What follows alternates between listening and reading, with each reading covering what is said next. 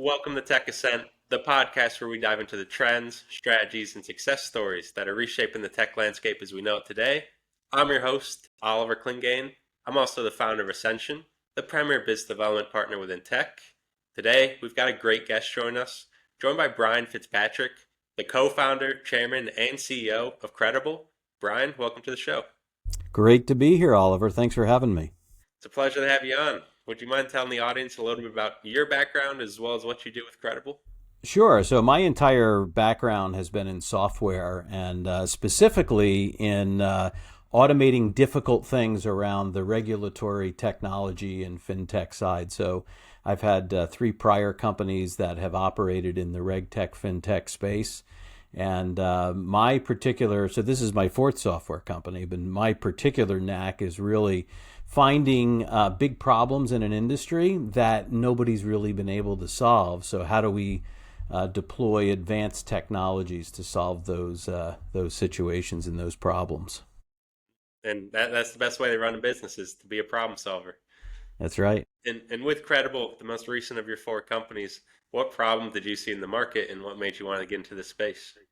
So with Qredible, unlike my three prior companies, which were in the mortgage technology side, so residential mortgage industry, when I exited my last company, I decided to basically move the skills that I've learned in automating very, very highly regulated industries to what I would call misregulated or pseudo regulated industries, which is what we find ourselves in the world of supplements, dietary supplements, CBD, hemp, and even cannabis, right? So what I really saw was that, like we've seen in the previous industry I was in, was that the pendulum was going to swing, right, in the compliance side. So whereas we're in a very misregulated industry in this side of the business, but we're now seeing a lot more stringent regulations from a compliance perspective on not only just a federal level, but on a state level.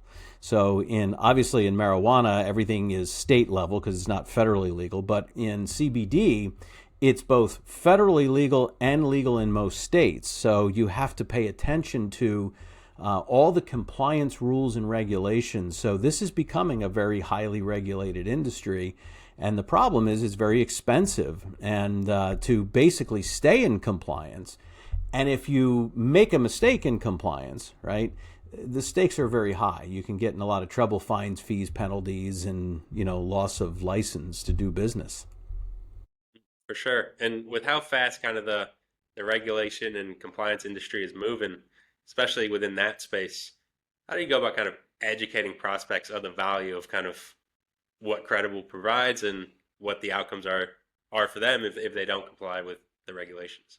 Well, I think you've hit on something very important because when you're using advanced technologies in what I would call sort of an evolving industry, where the industry's sort of still nascent. I mean, nobody heard of CBD like 15 years ago or even 10 years ago.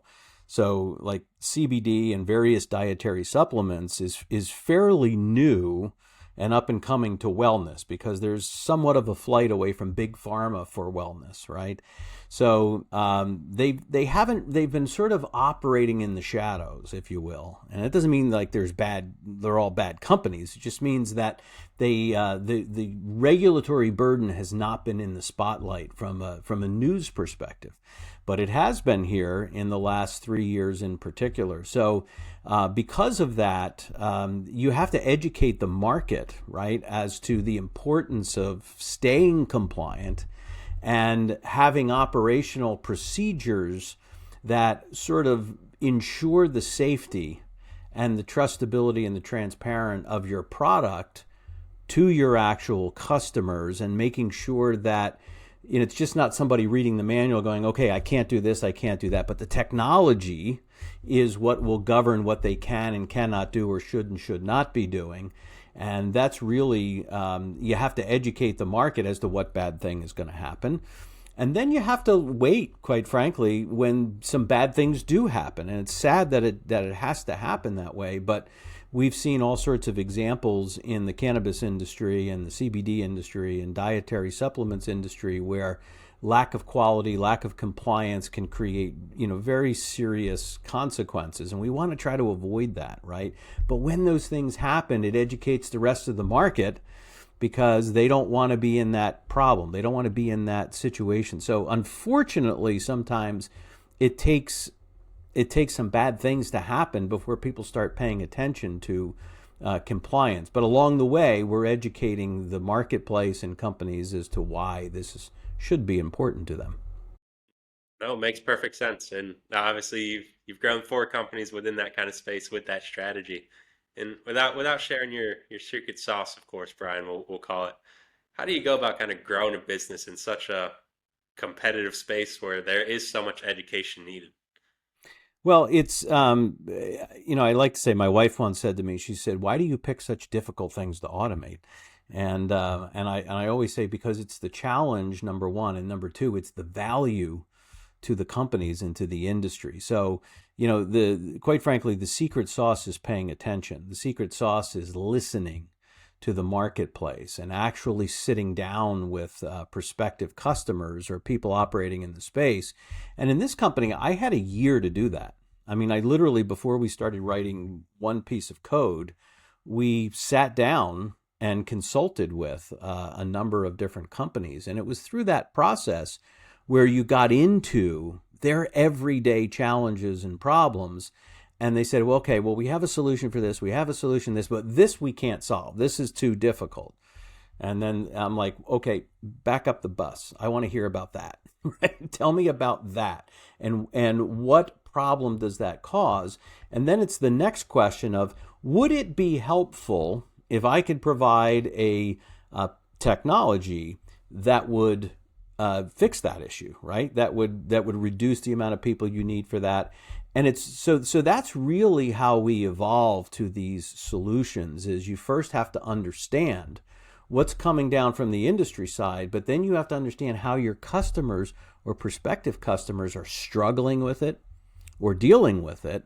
And it's listening to them and sitting there and watching what they do in their work that helps you to really create the kinds of technologies and solutions that they need and want, and quite frankly are willing to pay for, because it brings them great value. No, I love that. And I think that's something that a lot of founders, especially in the tech space, they struggle with is they build a solution and hope it solves problems rather than identifying the problems, reverse engineering that, and building a solution from there. Well, hope's not a strategy. So hope's not a bad thing to have in your life, but when it comes to a business plan, it's not a Hmm. great idea. Yeah, yeah. And Brian, being the founder of 4 different businesses now, you've stacked skills. It sounds like you started in mortgage, learned the compliance regulations of that, took those skills, moved over to where you are now with Qredible. What's the power of compounding over the entrepreneurial journey? Well, that's a great question. Nobody's ever asked me that before, but what I will tell you is that I believe in wisdom over knowledge, right? So knowledge is a very important thing, and in every company I've ever built, I've gotten smarter, right? So I've made a lot of mistakes along the way, and when you're in an entrepreneurial journey, and especially when you're in an entrepreneurial journey, solving problems that nobody is yet to solve or be able to fix, now you've got like a double whammy problem. You have the problem of starting a business, right, which takes a lot of time, capital, angst, you name it. But then then you're trying to educate a marketplace and create a solution to a problem that everybody's dealing with. And you have to, then there's always a market acceptance issue. So what I would say is the compounding factor for me is I've gotten better each go round, because the problems that I've dealt with are very similar in each one. But as I've made mistakes or done it right in the past, right, I can learn from those experiences. So fortunately, I've been blessed with the ability to have some humility, right? I think humility is very important, because if you're not humble, you'll never learn from the past. You'll never be able to take a step back and say, okay, what am I doing wrong? How can I better myself as a leader, as as a tech innovator? How can our company better themselves? What can we do different?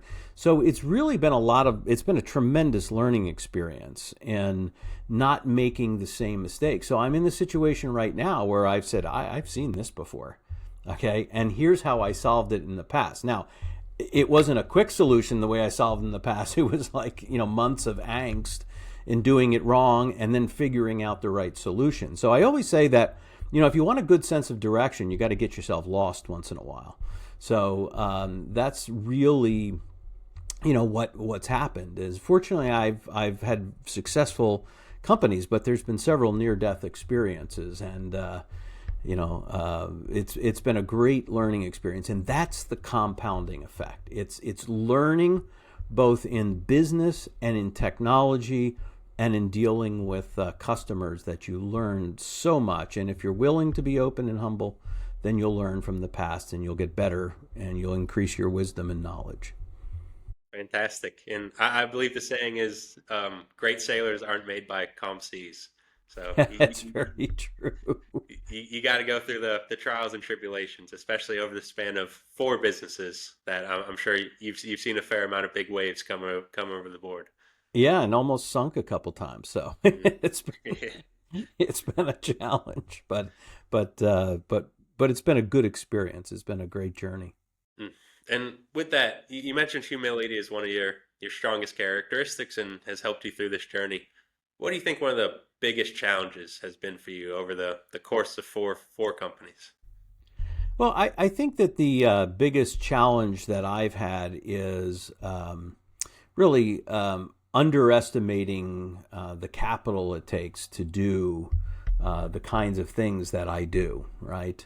Because as well as sort of building a business, as I said earlier, you're also trying to, put something out into the marketplace that nobody's ever seen before. So there's a bit of this innovative struggle that takes place. And Henry Ford, I quote him all the time on this line, and he said, if I gave the people what they really wanted, I would have been looking for a faster horse, right? But meanwhile, he's, sort of tinkering in the background with engineers about how to build an automobile. And the cost of building those things to truly disrupt and make a change is it takes more time and it takes more money. And, I have made that mistake before where I said, okay, we're going to get through this in this amount of time with this amount of capital, and it's going to be great. And we're going to have a pipeline of this. But what I don't account for is the amount of pivoting that has to take place in order to do this. So fortunately, I have a very committed group of investors that have followed me from company to company, and they've done well. But I really learned that we got to give it more time and we got to give it more money. So whatever you think it's going to cost, and this is true in any startup business, whatever you think it's going to cost, double it. And when you're doing something that nobody's done before, you probably should quadruple it. So that's been one of the many challenges that I've had to really recognize and overcome with respect to forecasting and with respect to sort of planning the time, effort, and capital that's required.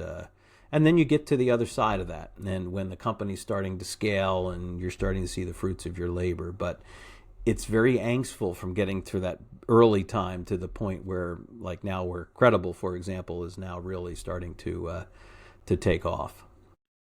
And to get to that point of scaling, you mentioned along the journey, there's lots of pivots that need to happen. Being the CEO, how do you identify when it's time to pivot and when it's time to scale? Well, it's interesting. One of the things that I learned early on about myself through going through one of these Myers-Briggs types of resources that was provided at a company I had sold one of my companies to, and they had this big behavioral assessment, is it showed that I'm very innovative, and I look for consensus. I want to hear from customers. I want to hear from people internally, and I have a very high degree of detail. And my authoritative quotient is also up there, right? Which you want to see in an executive leader.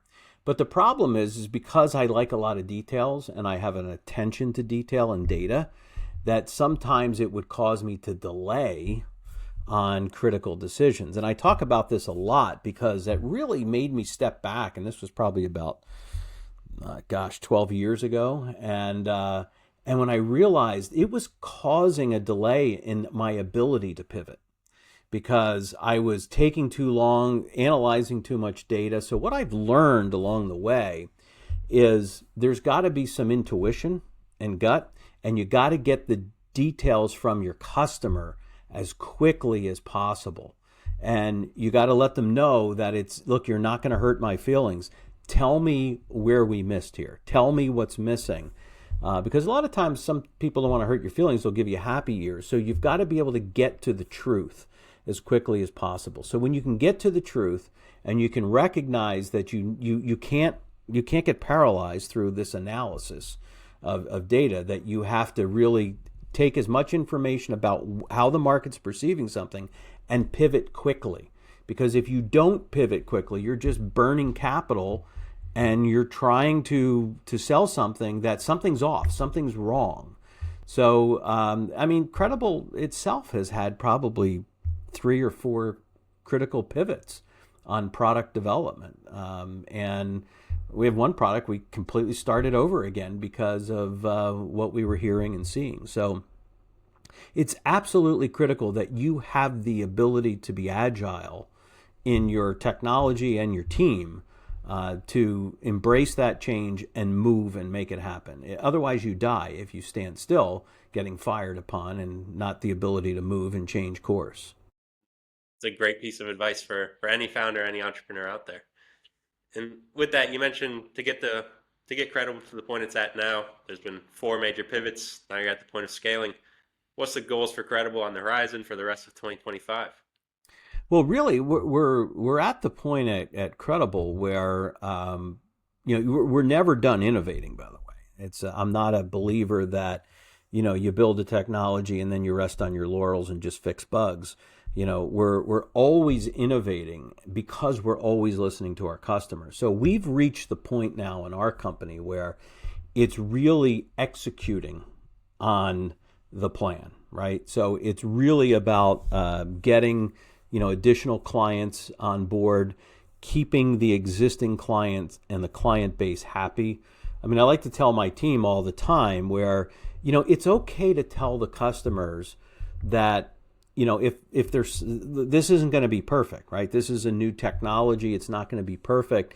So if you see something, let us know. If you think we should be doing something different, please, we want to hear that and we will address it. Because we're in business to solve your problems, right? If we're just thinking that we're resting on this roadmap, and some of the big companies operate this way, right? They're the customer says, well, I really don't like when I have to do this and click 4 times here and go over here, and you don't have this feature over here. A lot of times, what the big company response is, yeah, okay, well, we'll take that under consideration, and we'll put that on the roadmap. We'll get back to you, right? Or it's planned, not scheduled, and you hear all these different crazy responses. Our response is help us understand what that will do for you. Okay, how is that going to help you? And then they start really talking about, and then you shut up and listen, and they start talking about these key things. So what we're about right now is really executing and driving more people on the platform and listening to the existing customer base and advancing that platform by A, keeping the customer satisfied, and B, continually pushing the envelope on driving more incremental value in their use of the system. And that's all execution right now, with R&D sprinkled in there and good, what I call customer success strategies. No, 2 powerful pieces. Without that customer success, no matter how much you scale, the business isn't going to last. So absolutely. It doesn't help if you're bringing a bunch in the front door and then they're leaving out the back door. Right. Right. So it's that churn equation is very, very critical. And And some of our clients, they're forward thinking, those early clients, because when you look at the technology adoption life cycle and we're solving things that nobody solved before, you tend to be dealing with those early adopters, those innovators, right? And the laggards, they'll come later, and the late majority will come later. But we're dealing with this sort of early minority of growth because these people were willing to innovate with you. They were willing to, take a chance on a different way of doing things that they might not have seen before. A lot of people, one of the things we do is we automate the people aspect to the nth degree. So where a lot of their existing solutions, they're checklist-driven systems, right? So they're looking at something over here, and then they're typing information in here. Well, why can't the technology look at this thing and look at that thing and make a decision for you? That's really the kinds of things so we're really driving automation through artificial intelligence, machine learning, blockchain, RPA. We're pushing the envelope, and that's why I like coming into industries that, they have some other competition in there, because the competition typically is the low tech, no tech that come in, checklist driven systems, which is basically a stare and compare routine using a keyboard and a screen. And we look at that and say, okay, now let me understand, you've implemented that first phase of checklist technology. How can we drive it to the next level? So it's all about that execution, all about that listening to the customer and solving real problems for them on a regular basis. 100%. That's fantastic, Brian. And I'm sure we could go into a whole nother podcast diving into that subject alone. Yes, indeed. But as we begin to wrap up, Brian, it's one of my favorite questions to ask founders, especially multi-time founders. If you could rewind the clock a little bit, tell yourself on day one of starting your very first company, what would you tell yourself? What would that one piece of advice be? Well, I think that, it all goes back to, when I was in my first company, I became a CEO in my early 30s. I was 31, 32 years old when I became a CEO in a startup company, right? So I was really brought in and invested in this company, and I assumed a lot, all right? The biggest thing that happens is when you make assumptions, right? You have to be able to test those assumptions in the marketplace. So because those assumptions can drive how much money you raise, how much time you think it's going to take, who you need to do it, what your business model and customers are going to look for. So the advice that I would have done very different is I would have tested the market with alpha customers and beta customers a lot sooner, right, than I did. Because one of the challenges that many innovators and entrepreneurs have is they're so passionate about what their idea is that they just trudge forward, and they're missing the boat many times because they just have this idea and they think that if I just keep going and persevere, that's what I'm supposed to do as an entrepreneur. But that's the wrong thinking. You have to persevere, yes, but you also have to pivot. And the only way that you pivot is by testing your assumptions.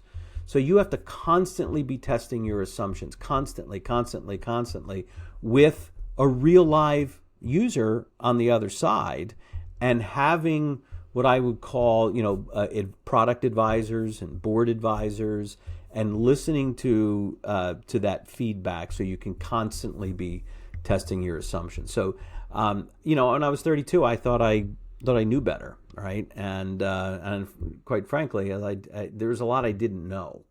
And I was probably a little cocky then in thinking that this is the way it's going to be, and because I said so, and this is what I think it's about. It's really not about our concept. It's never about our concept. It's about our customer's concept. It's about the market's concept. That is what's matter. So ask the questions and woofa, wait for answer. Shut up. And when they start talking, pause, because when you pause, that's the golden silence, then they'll start talking more. And you'll learn so much if you just ask the right questions and shut up and listen to the answers. And I didn't do that too early in my career. So that was a big lesson. No, powerful, super powerful. And I truly like the point about challenge the assumptions because, like you said, it's like even if you're consistent as an entrepreneur, if you're consistently doing the wrong thing, then it's not going to get you anywhere. So, Absolutely. And that's why it's like even in this company, I'm constantly challenging, where we are and the assumptions and testing that in the market always. And listen, there's some products that we were coming out with that we moved to the back burner because it just wasn't getting the traction, and the customers were kind of like, yeah, that's nice, but, right? So when you get that, it's nice, but, and it's like, okay, we're not on the right track, so you have to be able to pivot. that's fantastic. And Brian, I really appreciate the in-depthness you went with that question. That's all I got for you today. I really appreciate you coming on, sharing about your journey, what you're doing with Qredible, what you've done in the past, what you're seeing in the space. We've covered pretty much everything I can think of, so I truly appreciate it. Awesome. Oliver, thanks so much. It's been my pleasure. Thank you. And for everybody listening, if you want to find Brian on LinkedIn, I'll tag him down below. I'll also tag Qredible if you want to check out their website. But thank you for tuning in. Yes, and we have a broadcast ourselves, so follow us on our Qredible.com and sign up for all of our links. Sounds good. I'll put that all in the description. Thanks, everyone. Awesome. Thank you.